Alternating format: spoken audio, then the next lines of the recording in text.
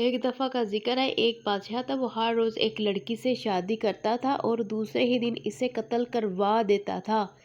اس کو ایک خواب مسلسل آتا رہتا ہے کہ اس خواب سے وہ بہت پریشان تھا۔ اس کو خواب آتا ہے کہ ایک جن کے پاس ایک لڑکی ہے جو کہ ناچ رہی ہے، اور جب وہ جن سو جاتا ہے تو بادشاہ چھپا ہوتا ہے، اور لیکن وہ لڑکی اس کو دیکھ لیتی ہے اور اس کی طرف آتی ہے۔ لڑکی اس کو کہتی ہے کہ مجھے جن کی قید سے آزاد کرواؤ، مجھے پیار کرو، ورنہ میں جن کو بتا دوں گی تمہارے بارے میں۔ لیکن بادشاہ بہت غصے میں آتا ہے، اس کا گلا دبانے لگتا ہے۔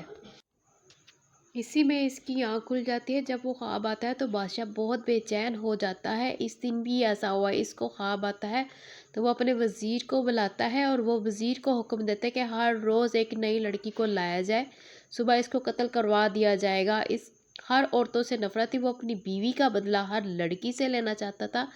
اس کی بیوی اس کے سوتیلے بھائی کے ساتھ مل کر اس کو قتل کرنے کی سازش کی تھی۔ اس نے اپنی بیوی کو خود ہی اپنے ہاتھوں سے قتل کر دیا تھا۔ اس کے بعد اس کو ہر عورت سے نفرت ہوگی، جس کا بدلہ وہ ہر لڑکی سے لیتا۔ ہر روز ایک نئی لڑکی آتی، صبح اس کو قتل کروا دیتا۔ بادشاہ کے اس رویے سے لوگ بہت پریشان تھے، لیکن وہ کچھ کر نہیں سکتے تھے۔ وزیر کی بیٹی بہت عقل مند تھی، اس سے یہ ظلم نہ دیکھا گیا۔ اپنے باپ سے کہا میری شادی بادشاہ سے کروا دے۔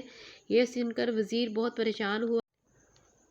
وہ کیسے اپنی بیٹی کی شادی بادشاہ سے کروا سکتا تھا، جبکہ اس کو پتا تھا کہ صبح کو قتل کر دیا جانا ہے۔ لیکن وزیر کی بیٹی نے اپنا فیصلہ پکا کر لیا تھا۔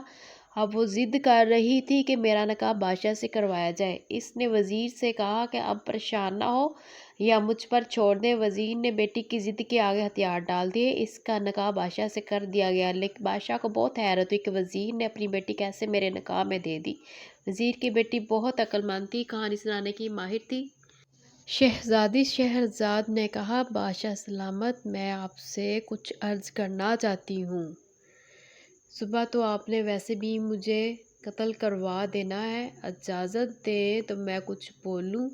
تو بادشاہ نے کہا بولو جو بولنا ہے، تمہارے پاس یہی ایک رات ہے۔ شہزادی شہرزاد نے کہا آپ کی عرض میں ایک قصہ بیان کرنا چاہتی ہوں، اگر آپ اجازت دیں۔ تو شہزادی نے بولنا شروع کیا تو بادشاہ سنتا ہی رہ گیا۔ بادشاہ کی دلچسپی اتنی بڑھی کہ صبح ہو گئی لیکن کہانی ختم نہ ہوئی۔